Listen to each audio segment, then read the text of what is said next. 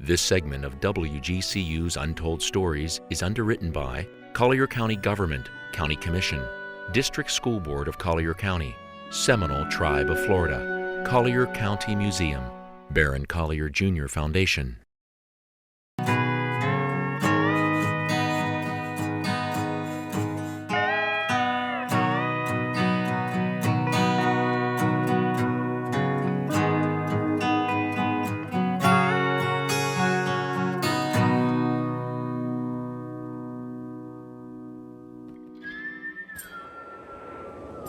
The winds of World War II carried with them enormous cultural and economic change.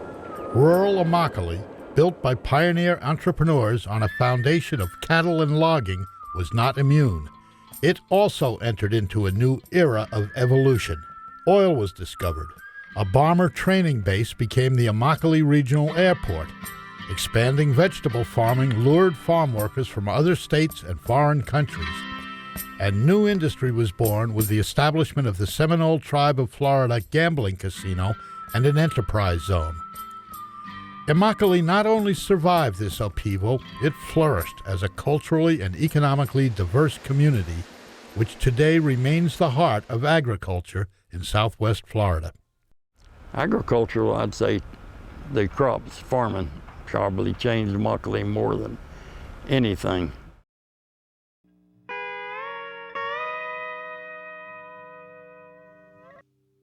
The region's vegetable, citrus, and timber production and distribution got their start in the East Collier County communities of Deep Lake, Jerome, and Copeland.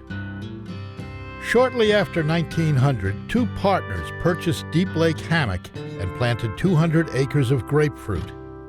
In an effort to streamline their grapefruit to the market, they built their own rail system from Deep Lake to Everglades City, connecting with the barge route and enabling them to transport their product to Fort Myers for packing and distribution. This early Deep Lake rail system was linked to the Atlantic coastline in the 20s when the ACL was extended from Immokalee to Everglades City. From 1935 till shortly after World War II, the timber was being cut. C.J. Jones had a huge mill down at Jerome, which is just north of Copeland. Between them and Lee Tidewater Cypress, and they cut virtually most of the timber down that part of the world.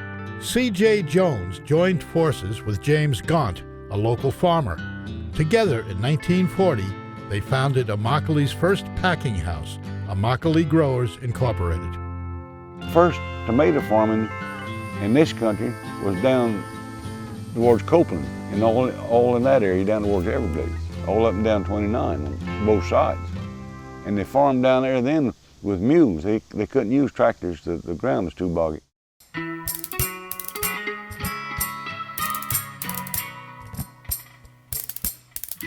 Shortly before World War II, the research scientists at the University of Florida discovered that if you applied lime to these pine and palmetto woods, then you could grow your vegetables successfully.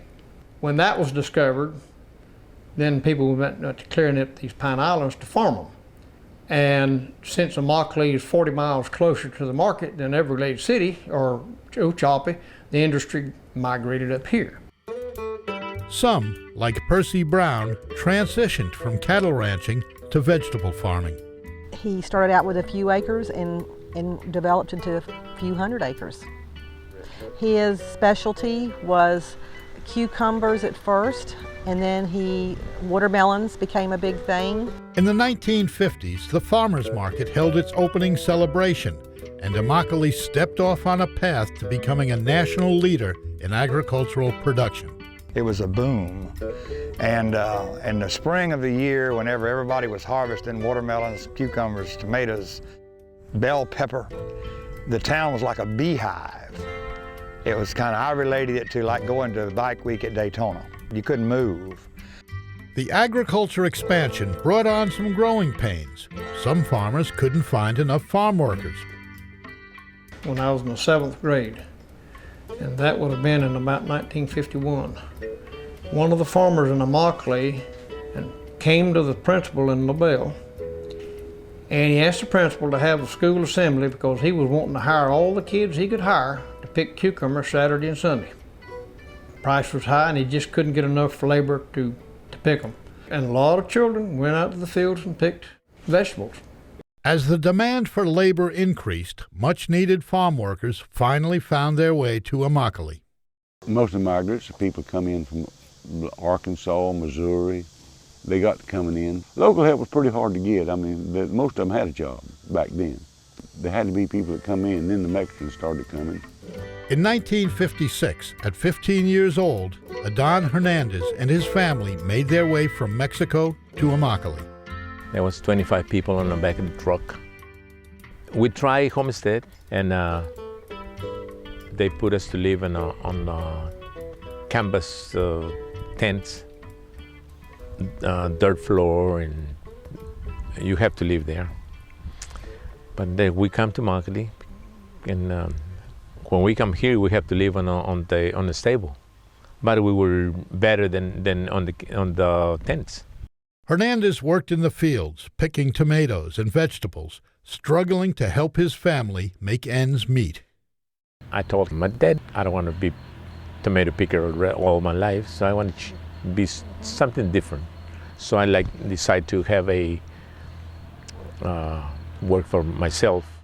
After working 18 months, Hernandez had saved enough money to buy a truck, enabling him to secure contracts transporting produce from the fields to the packing houses.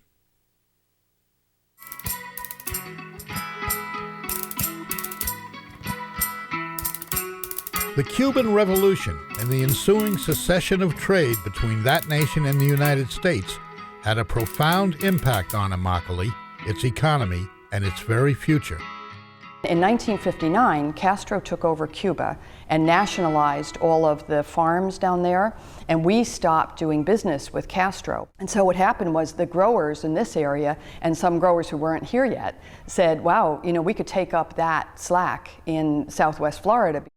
And overnight, all of the stoop farmers that had crops that they were growing all winter long came to Immokalee and said, we got to find a way to grow peppers, tomatoes, and cucumbers on this sandy soil. And by God, they did it. And we became the commercial hub to a four-county agricultural area. Agriculture continued to flourish.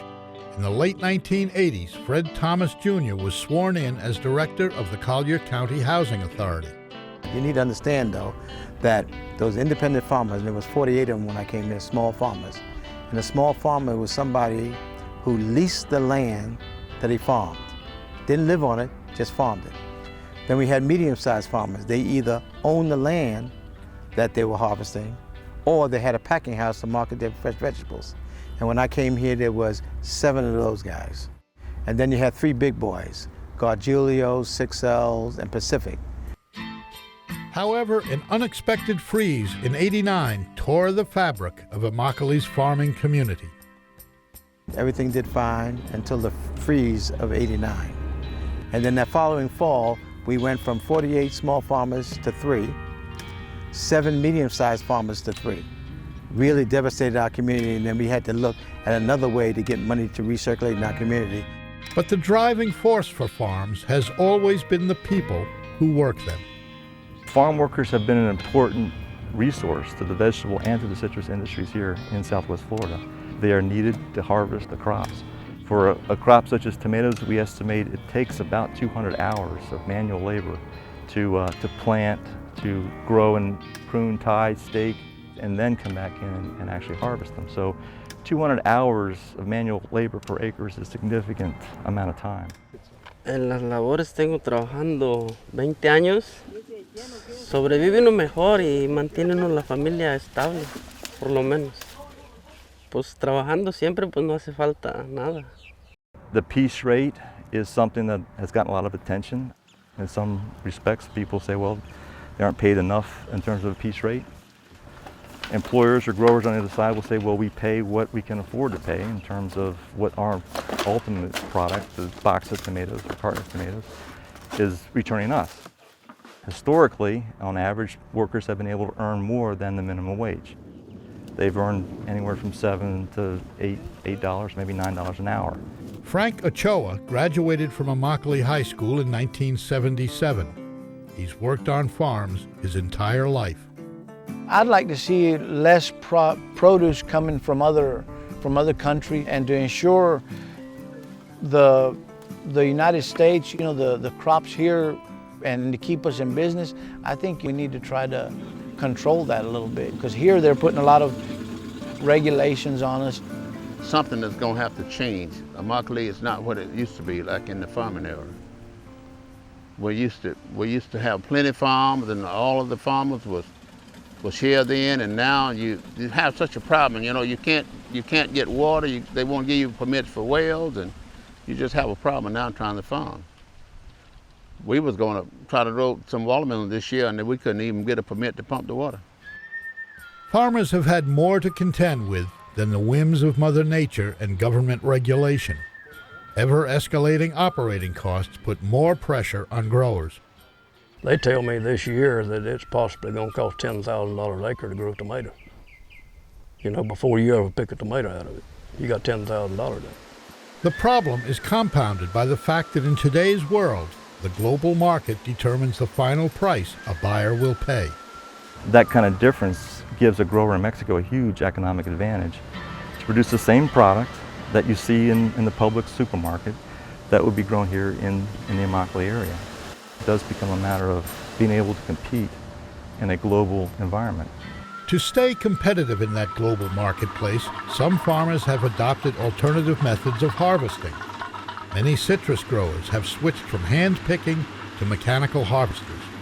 The function of mechanical harvesting is that we're able to significantly lower that unit cost of harvesting because the mechanical equipment can do so much more in a given period of time.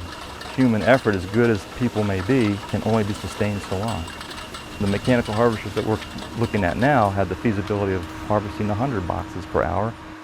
That allows us to look at the possibility of lowering that cost of harvesting, thereby making, in this case, oranges more competitive.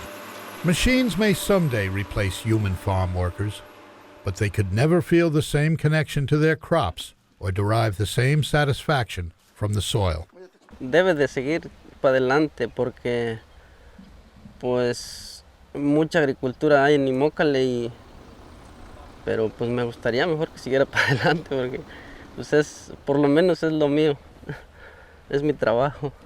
Starting from the ground up, you got Mother Nature to contend with, you got wind, rain, the tropical storms, the hurricanes. So when you can come through all that and the end result is that you're harvesting something like they're doing now, it really feels good because you've had to work for it. You've had to really work for it.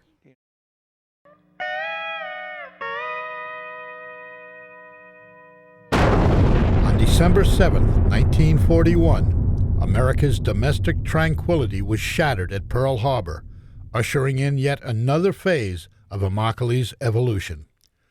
Oil became indispensable for national defense. Oil, the source material for runways, tires, and gasoline, was in high demand. In search of new petroleum resources, the Humble Oil and Refining Company scoured southwest Florida, and in 1943 struck oil just south of Immokalee. Production began. Exxon. Now it's Exxon. It was Humble Company then. That's before Exxon was ever created. First month I worked for that oil company, I thought I'd died and went to cowboy heaven. I never saw so much money. Yeah, I was making about $200 a month, and heck, that first month I think I made $600 or $700, and man, that was a hell of a boost. The Sunnyland oil field became Florida's first in commercial oil production. I worked in that oil field for about 5 years. I was just a regular hand, what they call a roustabout. We were the only rod and tubing gang that Humble Company had east of the Mississippi River. Everything else they had was west of the Mississippi River. We could work over an oil well, I'll tell you that. We could put it together. I run 6,000 foot of steel one morning in 58 minutes. In the oil field, when you hear something crack, you don't look see where it come from. You go. I mean, you run. And we run. And all them rods fell right down where we were working, and they looked like spaghetti when they wrapped around that wellhead. It wasn't until 1964 that the pastures of the Red Cattle Company began producing more than livestock. Robert Roberts knew crude oil resided under his property. My father had said that there was oil under this ground. My brother was there when they made the first well. It was exciting. He said there's oil under this dirt. They had been searching for oil here all along. I remember them in Felda area drilling test wells in the early 50s. The oil boom brought more jobs and a new vitality to Immokalee. Exxon was our primary customer, but there was a lot of independents came in here and did some wildcatting, and we usually worked for them when they would come. It was a boom when it was going because they had the field in West Felda, which was sun primarily. And then there's oil fields in Sunnyland, or oil wells in Sunnyland, that had been producing since the 40s, and they're still producing. They've had an oil pipeline that comes from just south of Felda, down through Immokalee to a place called Sunnyland, then it goes across to Port Everglades in Fort Lauderdale, where it can offload crude oil onto ships offshore. Underground pipeline, can you imagine that? Today, the underground pipeline lays idle, but South Florida still has 8 active oil fields which produce approximately 105,000 barrels a year. Of the 33 states producing crude oil, Florida ranks 17th with around 7,000 barrels a day.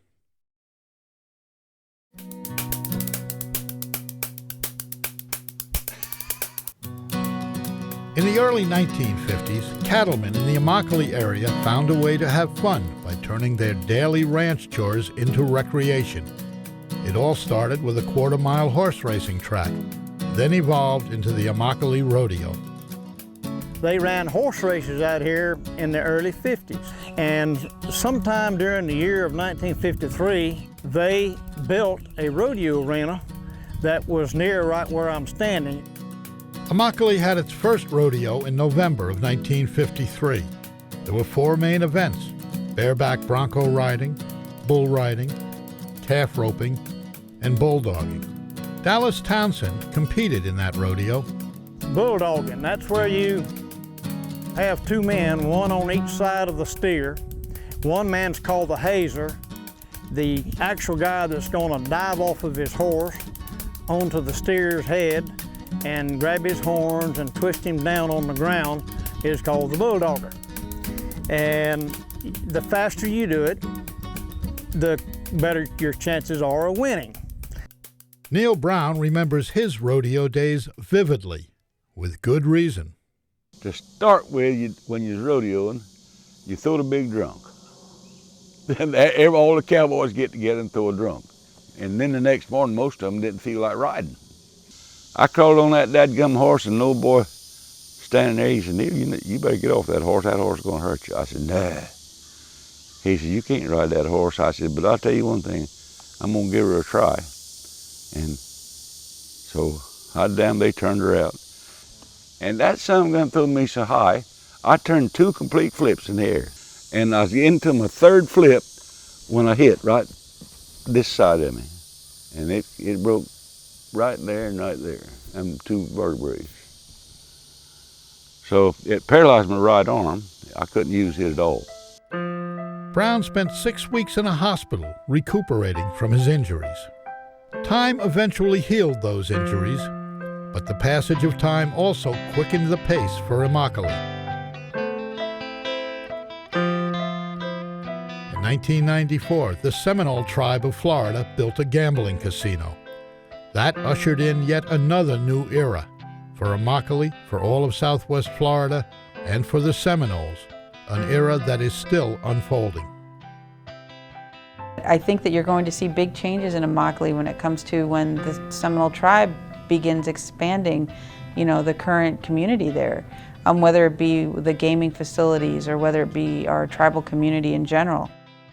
For some, the introduction of gambling came as a surprise. Others saw it as a positive addition to the community. I know every place grows, but you don't really know what's going to happen. I mean, I guess hindsight's always better than foresight. But no, I never thought there would be a casino here. I couldn't have imagined that.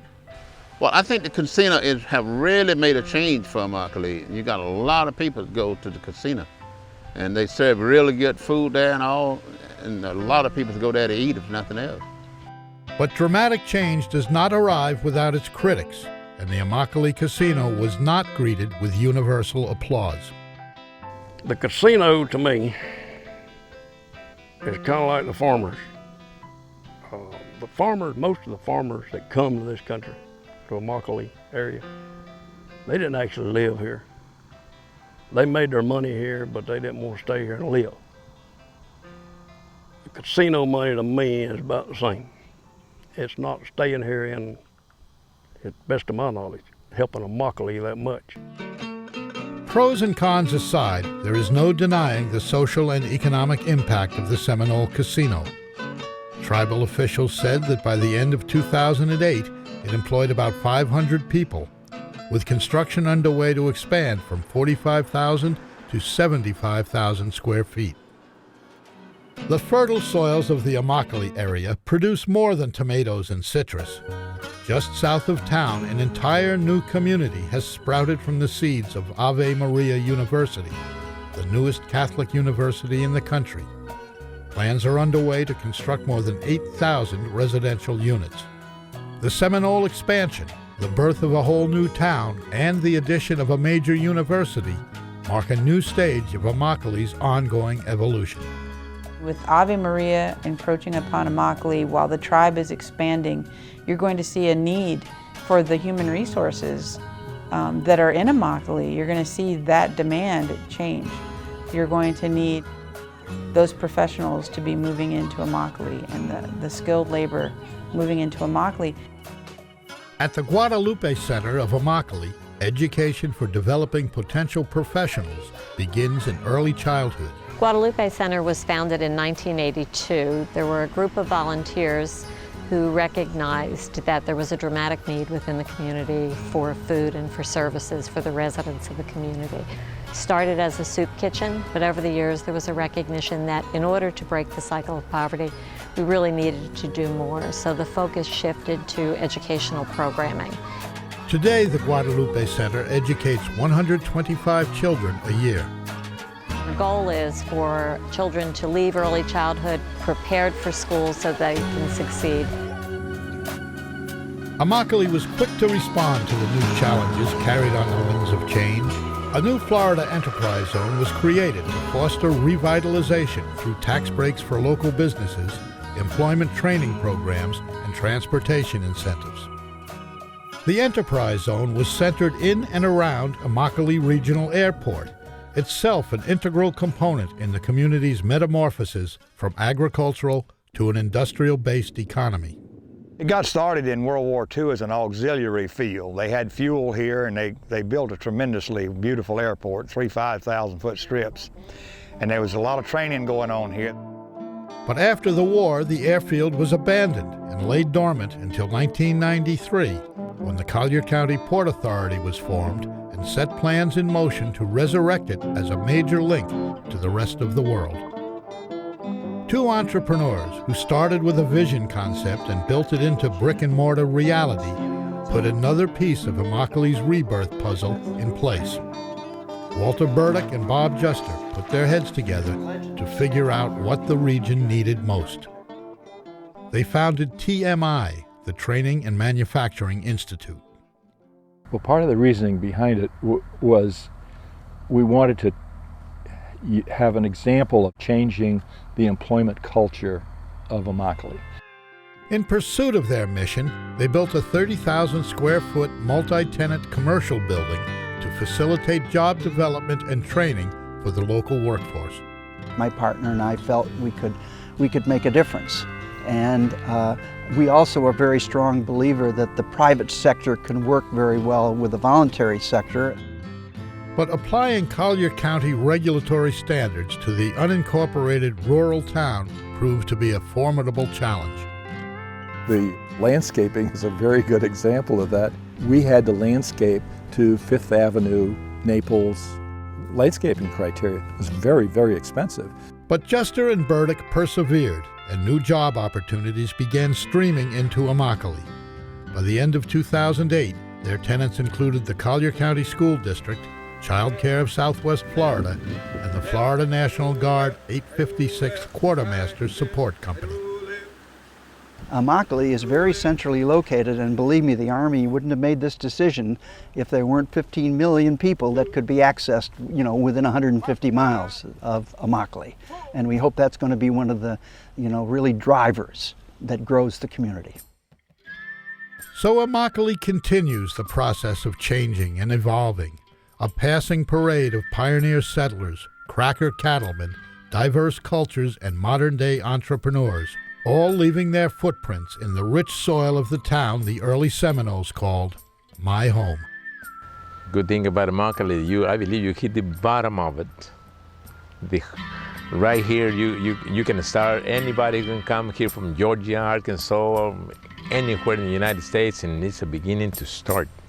It is fair to say that the only constant in Immokalee has been change, and it is reasonable to assume that change and evolution, sometimes painful, always vibrant, will continue to be its hallmark of the future.